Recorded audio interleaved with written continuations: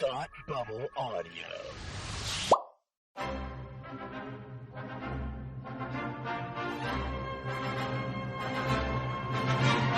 Look, up in the sky. You will never find the more wretched hive of scum and villainy. Welcome to Beer with Geeks with Tim and Frank. Who are you? I'm Batman. I am Iron Man. Your friendly neighborhood Spider-Man. Hi, Christopher. I'm Nero. My name is Inigo Montoya. You're a wizard, Harry. A couple of guys with a couple of beers and a whole lot of pop culture nostalgia. Make it so, number one. Ladies and gentlemen, the Beatles. Named the dog Indiana. Life finds a way. I am serious. And don't call me Shirley. Now sit back and crack open a cold one, because it's time for Beer with Geeks. It comes in pints. Shaken, not stirred. Great Scott! I was way off. I knew it started with an S, though.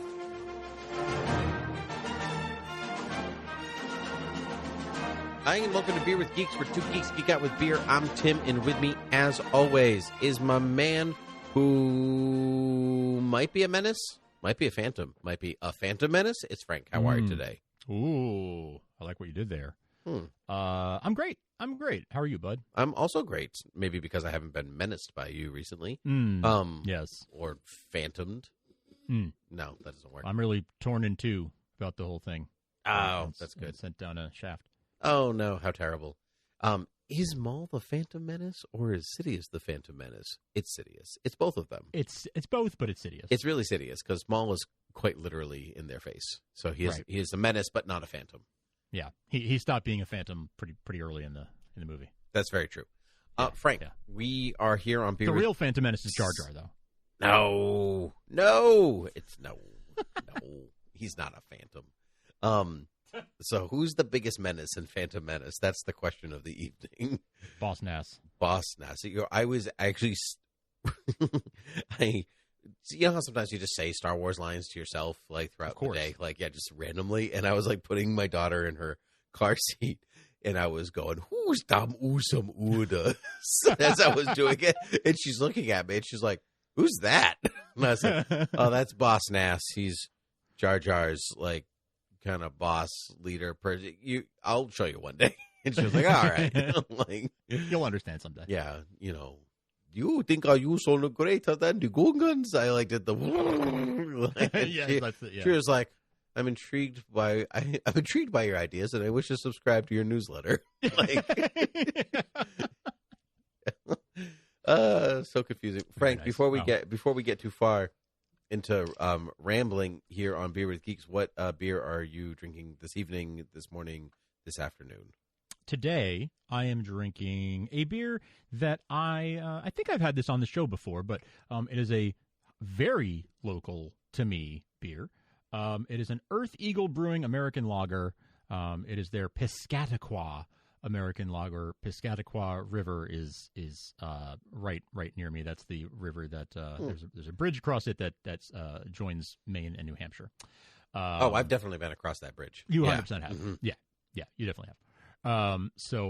This is just less than 10 miles down the road from me. Super local, but a very nice 4.2% lager. That's very malt forward, but I like it a lot. Malt forward. I like that.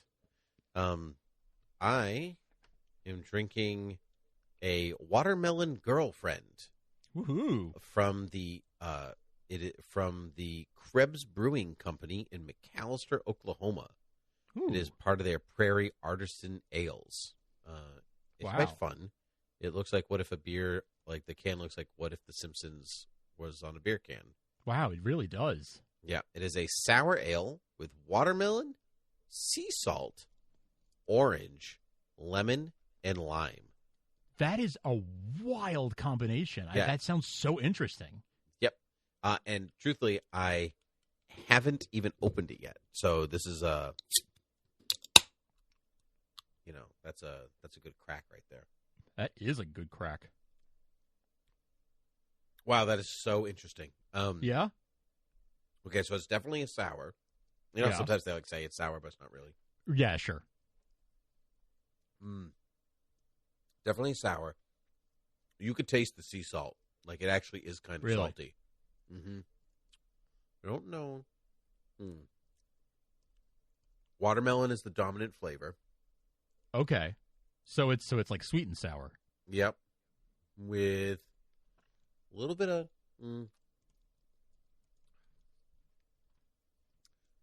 of lime. Lemon and orange are taking a backseat. Okay, interesting. That's really so good. It's so cool that they're still like inventing new twists on beer. You know what I mean? That there's still things to try that are left to try is pretty cool. I think that's really refreshing. It's like it's a little on the heavier side, even for like a summery one. Mm-hmm. That might be the inclusion of the sea salt. I gotcha. Making it feel that way. But it is refreshing. It's a little warm in here. And it was a little warm today. So that's, wow. Yeah, that's good. Good choice on me. All right. Well done. Go, Tim. Is that just a grocery store find or? Yeah. I just went I went to the store and I was like, I need 6 beers that will get me through 6 weeks of the show, basically. There you go. And then I also got like a regular pack that was like, this is for regular drinking. These are show drinks. Yeah. I do, dude. I do the same thing. It's so funny. Like I'll buy some beer that looks interesting, and like I'll set 1 or 2 aside to put in my beer fridge here in the studio, and the rest of it is out in the house to drink. But then I'll also buy like this 12-pack of Corona is for just when I feel like having a beer on a Friday night or whatever. Right, exactly. And my father-in-law does like a lot of work around like the yard and the house for us. He's like building a greenhouse for my wife in her garden and everything. And so he likes to reward himself with a beer. Yes. Which I will happily provide. And so like I need a fresh supply for him, but I need to put the ones that I am I need to put the ones that I am not I want to keep for the show away in the beer fridge, basically in my office. Yes. Otherwise I have to. Oh no. I have to do the same. This is a twist for the ages. I don't know what happened to my wedding ring. This is really not show content. I must have left it downstairs when I was doing bath time. Oh well, that's okay. Anyway, Frank, May the 4th. We've documented the beginning of the end of him. So this is out there. So when the proceedings go forward, this is found it. This it was behind the beer can. Got it. Oh yeah. Yeah. I don't know why I took it off. Behind the but beer can. Here we go. Did you use it to crack open the beer? I actually could, but I didn't. That's not a bad idea. Like to flip it under. That's not a bad idea. Yeah. Anyway, you saw. We both had May the 4th experiences recently. As May the 4th was in May, as it always is. Twist on a fate. It's the same day. Duel of the fates, if you will. Yeah. And so I went to go see the Phantom Menace in the theater for its 25th anniversary release, and you did something much more spectacular than what I did. I don't know about more spectacular, but I did a different. I went to a May the 4th event in Connecticut. Rebel Force Radio, which is my favorite Star Wars podcast.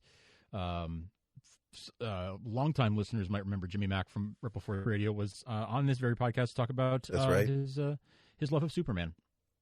But he show Rebel Force Radio was in Bristol, Connecticut. They were hosting a Star Wars Day that was put on by the city of Bristol, I guess. And so they recorded a live podcast, and our friend Andrew and I went, and we got to meet the guys afterwards, Jimmy and Jason, and then we stuck around for a screening of Empire Strikes Back on the big screen. So I also saw A Star War on the big screen for May the 4th. How wonderful. Simply and then wonderful. Actually, I did, coincidentally, I watched Phantom Menace just this past week. I've been watching it in chunks with my daughter, and she has seen her first Star Wars from start to finish. Oh, you actually went through the whole thing? Like you went through the whole movie in like 15 to 30 minute chunks, depending on the day. It took like 5 sittings, maybe. What was her favorite part? She loved the explosions, and she loved the like lightsabers clashing. So she loved the pod race because she loves vehicles. She loves cars, so that was exciting, and there was a lot of action. So yeah, she was loving that, and she loved when the droid control ship blew up. she like delighted in that and like was like giggling and clapping her hands with joy, like again. Did she like the trade proceedings? That's where, Trade Federation talk and the big Senate scene where Queen Amidala is addressing the Senate and all of that, vote of no confidence that she checked out on. So any very dialogue heavy, and also those scenes are not super colorful, right? It's very like gray and drab when they're in the Senate chamber or when they're on the bridge of the Trade Federation ship. So yeah, I think that also doesn't help. But yeah, she really actually enjoyed it way more than I thought, and like got excited when she saw Chewie on screen. I'm sorry, when I saw Yoda on screen. She has sometimes called Yoda Chewie. That's why I said that. Oh, okay. But yeah, it was fun. Anyway, total side note. I saw it recently too, so I have memory of I have fresh memories of Phantom Menace in my mind as well. It was a delight to see it on the big screen. Phantom Menace is my third favorite Star Wars movie, I think I say. Okay. I think most of that is the association I have with it, with like being 10 or whatever and going to see it and and seeing it again and again and again. It was like made for my age group. The politics was just 100%. deep enough that it was like you could follow. It was like vaguely exciting, but like you watch as an adult and people are like, you're upset about the 5 minutes of politics that are in this movie? I know. Like approximately. Like there's almost like nothing in here. She literally shows up and she's like, vote of no confidence. All right, I'm going back to Naboo, smell ya. Like, yeah, really. Yeah, like, she's like whoa. barely there. Like she's there for a day before they're out of there. It's so funny. There's also something very flawed about this system. If someone can just show up, call for a vote of no confidence, even though they're not a member of that body. Oh my gosh, totally. That's so true. Like she's not a member of the Senate body. She's like, I am the queen of this planet. Imagine you can just walk into the House of Representatives and be like, we're going to vote for a new Speaker of the House. But it's like, kind of, it would be kind of like the mayor of a town, like, or the governor, like showing up at the state. It's like the governor showing up at the Senate and being like, vote of no confidence. Yes. Like, well, this is not your arena. Right. This is like this one belongs to them. The bureaucrats are in charge now. And not you. So, I've never really thought about that. That's hilarious. It is. Yeah, you could call for a vote of no confidence. Inside, he's like, this might not work at all. I have no idea. Like, it's actually not allowed at all. But enough, like, she said it, and enough of the senators were like, yeah. And maybe that's what counted. You know what I mean? Like, there's just, like, enough of them. I just like that I like this version of Palpatine where he's actually just flying by the seat of his pants. And he's like, it might work. Completely improvising. I have no idea it will work or not. I'm not planning any of this. Yeah. He's like he's like Indiana Jones where he's just like, I don't know, making it up as I go along. Yes, exactly. Yeah. Just sort of like, I've been incredibly lucky up until now. Everything I am proceeding as I have foreseen. He's like internally sweating, like, as I foreseen. Totally. Yes, totally. I saw this coming. Yes, I absolutely saw the creation of an 8-year-old boy who would be good at pod racing, who would eventually replace him by apprentices. Yes, absolutely. Totally. I saw all that coming. Yes. It's good stuff. What struck me actually watching Phantom Menace on the big screen was the texture of Star Wars and the detail, like especially in their especially in like the costumes and like whatever else. Like there's like a lot of detail on Queen Amidala's clothes. Oh, that like on her royal robes and whatever that get lost even on your like 4K TV at home. Like it just doesn't compare to the big screen. Like, and that's what really struck me. What also oddly struck me is that Jar Jar looks better as the movie goes on. I don't know if you actually like caught. I don't know if I noticed that on my TV this week. No. Yeah, he's like on but there's like you look at him at the beginning when he's like running away from Qui-Gon and all the droid ships and whatever, and you're like, yeah, he looks like it was 25 years ago.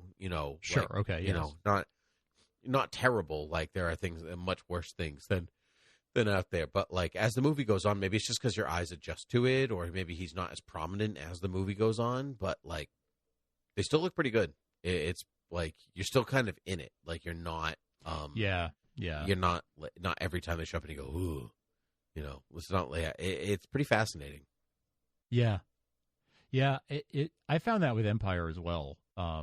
Details, lots of visual details that I hadn't noticed before. You had said that to me, right? Like, you were like, snakes everywhere. They're like, that's right. Yeah. Yes. On Dagobah, there were snakes and lizards everywhere. Like just regular earth snakes and lizards crawling all over, you know, obviously added to give it some atmosphere. But like when you look at it, it's like, oh my gosh, they're just snakes. Like they're everywhere.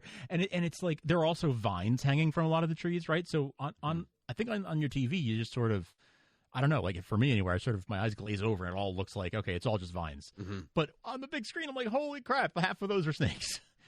Some of them are moving.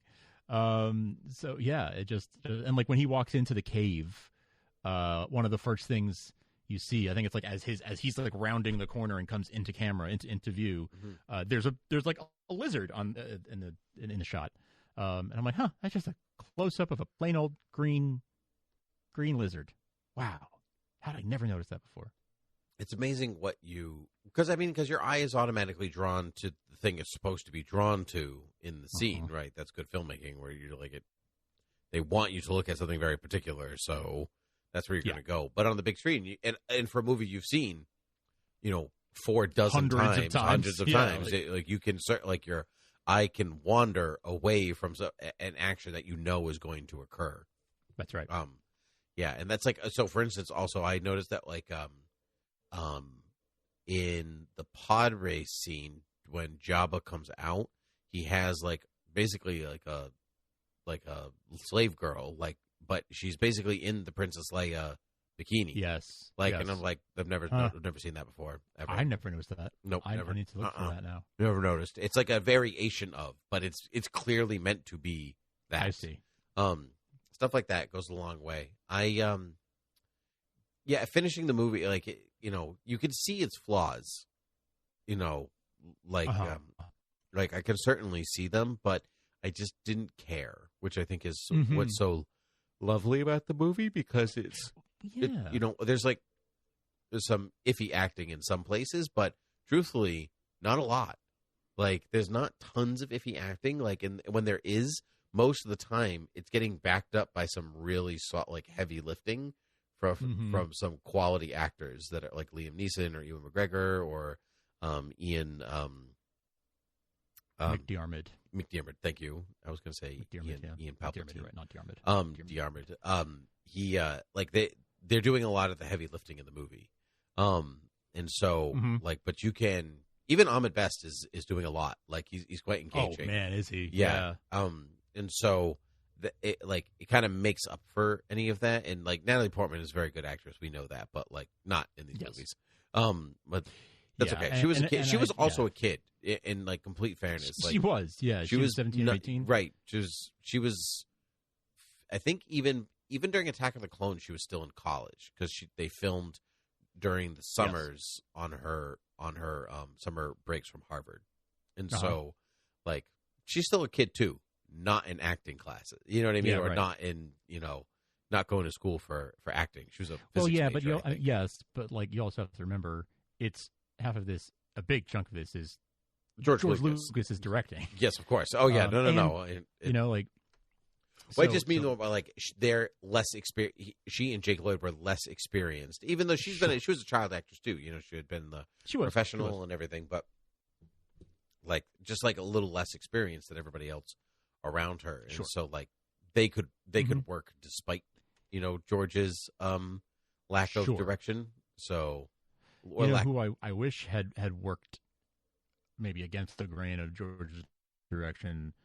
Is Samuel L. Jackson, because he, I think, gives very flat delivery, and I think he's just doing what the director's telling him. Absolutely. Yeah. But a lot of what he's doing is like, but which was it, the master or the apprentice? Like, just very, okay, if that's how George wants me to say the line, that's how I'll say the line. Like, I think that's what we're seeing there. It's true. I think in the years that have followed, like those are acting choices that he made and that he has to stick with. So, like, there's like this kind of like Mace Windu's like there's like this detachment, away from so much that like you kind of get stuck with. That's why I think I've never really connected with Mace Windu. Like, you know, people love him, and I just like he's a guy that's there. He's like the Boba Fett of the prequels to me. He's like, I just don't understand the appeal outside of that. It's Samuel L. Jackson, but but not all. Like it's hard to see. It's just for me. It's hard to see. Like, there's not much there to hang on to get excited about. Like, there's not enough substance there. Almost just because he's by just nature of what his function is in the story. I agree. Although, truthfully, how excited can I get about him? Yeah, I will say that if you read into it, and obviously not the way that it was intended, but like you can read into it this way because that's the best part about Star Wars is that it's like blank enough that you can project a lot of things onto it. Is that this Jedi Council, part of their downfall is that they are basically so detached from what they do, from the events of the galaxy, that from anything. They are in their like ivory tower, quite literally in their ivory tower in many ways, like just like existing for the sake of existing, living by their dogma, but not engaging in any real meaningful way, particularly the Jedi Council. And I think the way that he delivers those lines, like, kind of represents their very existence. Mm-hmm. Mm-hmm. Mm-hmm. I think that's right. Yeah, I think you're right about that. That being like, it's a Jedi like trait to be detached and you know, dispassionate and you know, let your ally be the Force and not to be too emotional, whatever. But I think he is a good example of how that can go too far, and how by doing that they actually blinded themselves to something that was happening like under their noses. Right, exactly. And it's actually a really nice parallel with Qui-Gon, who's a little bit like it has that kind of calm detachment, but there is like a real heart and earnestness behind many of the things that he does and says, and so like when they say no, he will not be trained, and he's like no, like it's kind of detached, but he's like veering on for Qui-Gon anyway, like an actual like emotion, like a real hard emotion, which is something that the Jedi are basically lacking completely. Mm-hmm. You know, like you know, they have this like little 8-year-old scared boy in front of them, and they're like, "You scared, boy? Huh? You scared? You scared of us? Yeah, like thinking about your mommy? Yeah, basically, yeah. I mean, your thoughts dwell with your mother. I miss her. Yeah, well, you shouldn't. Right? Yeah. What has she ever done for you except love you? The only person in the entire galaxy who's loved you. This is why we can't work with this kid. He misses his mommy. He misses his mommy and just loves love. Get out of here. Yeah. Like, this is the worst. Now, what I'm actually interested in is how much of the Acolyte, like, that we're going to watch and go, oh, yeah, that's why you do that. Mm-hmm. Oh, yeah, that's why you've done that. Mm-hmm. Oh, yeah, that's why you've done that and that and that. Because, like, it's, like, set, you know, between... You know, what is it? 100 years before the Phantom Menace or whatever else. So something like they have 100 years of, 100 years of like to build up to like Phantom Menace, to build up to this like ultimate attachment. You know, I think I can't remember if we said this on a previous podcast or not when we had Vactor on, but we were talking about I think we were talking about the Acolyte and. You know, and you're like, oh, the Sith have been extinct for a millennium, and Yoda's response is like, hard to see the dark side is like, right. You little nugget, you were there like 100 years ago when possibly the Sith reemerged, and you're just like, I'm just, I don't know, you know, stupid. Only 870 am I? Yeah, I forget things. I'm old. I can see you.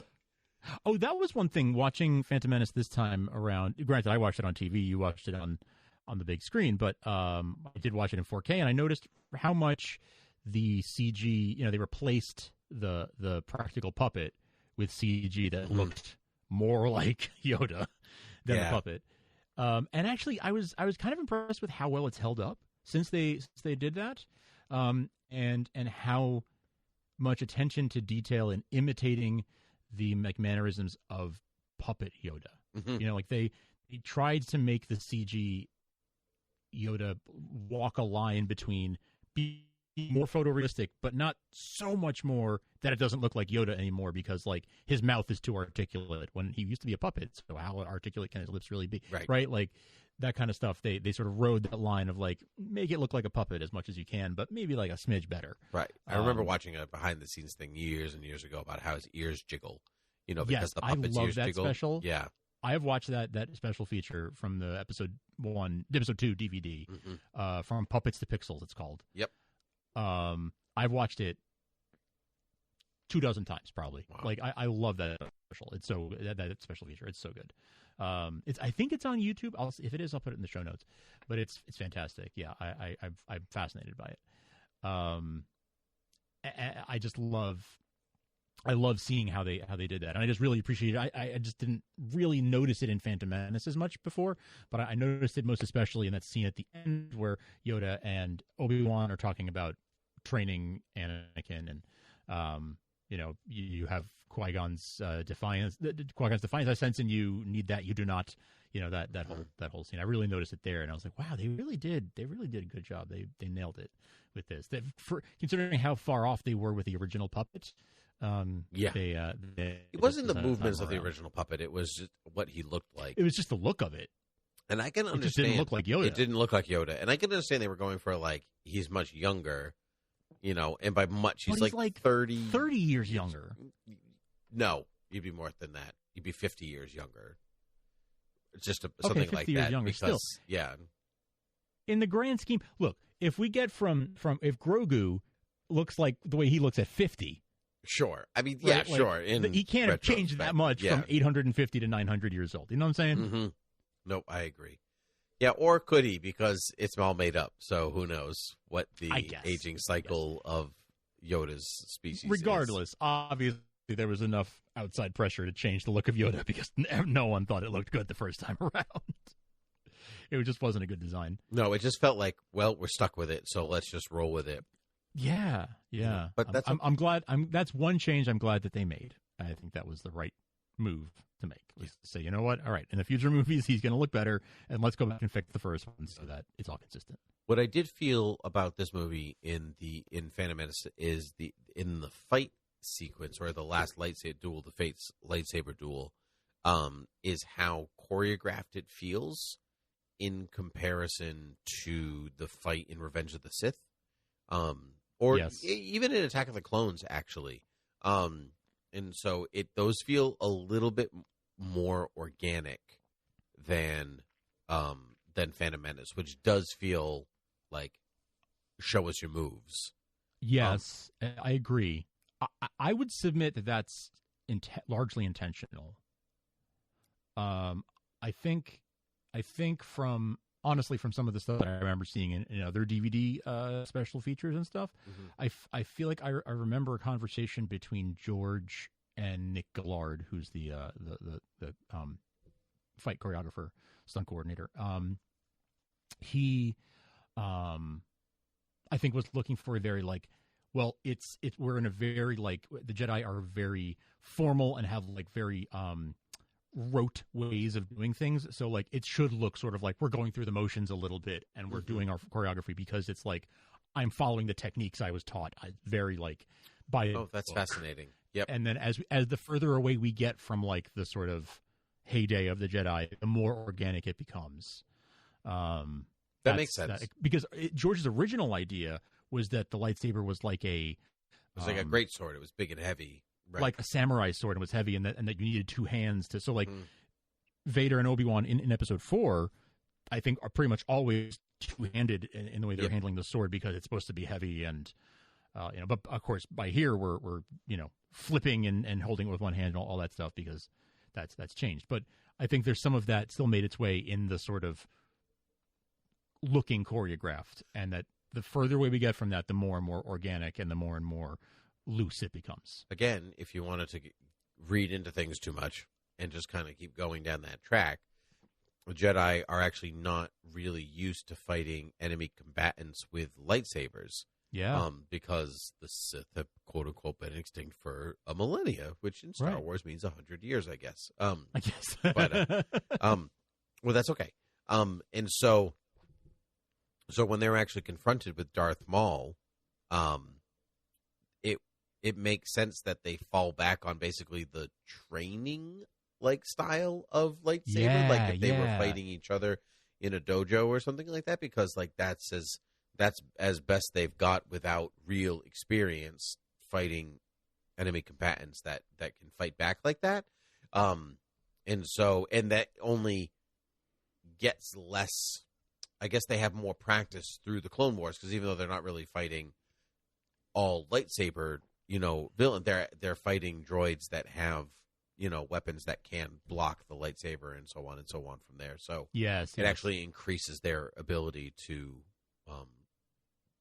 lightsaber fight. Mm-hmm. Mm-hmm. It's fascinating. Yes. Again, all hokum and made up, but absolutely fascinating all the same. Any final thoughts on Star Wars? Yeah, something I noticed in Empire. Actually, watching it again reminded me of a conversation I listened to years ago. Sam Witwer was on the aforementioned Rebel Force Radio. They were doing a commentary on Empire Strikes Back. I remember this. I know what you're talking about. Yeah. Do you? He made this great observation that's stuck with me, which is that when the Emperor appears in Empire and he says to Vader, it appears that the offspring of Anakin Skywalker, that Luke is the offspring of Anakin Skywalker, and Vader's like, how is that possible? When the Emperor says, "Search your feelings, you know it to be true," Sam Witwer's like, what he's really saying is, don't BS me. Yeah, come on, we both know how that's possible. Come on, we both know how that's possible. Yeah, don't do that. I know what's going on here. Don't do that. Yeah, don't lie to me. Prior to contrary belief, I am not just making this up as I go along. Yeah. I foresee things. I foresee things. But except he's really defensive. But I foresee things. Yeah. Yeah. But anyway, I'm like, that's so true. That is so true. That is the subtext of that conversation. They are saying he is saying, "What? How could he be my son?" You know exactly how he could be your son. Okay, maybe if we could turn him. All right, good point. Good point. All right. Yeah, you recovered there. Yeah. Good. Yeah, you fumbled a little bit, right? I was ready. Exactly. Yep, exactly. But good recovery. That is the subtext. Yeah. That is the subtext there. And once he pointed it out, I couldn't not think about that anymore.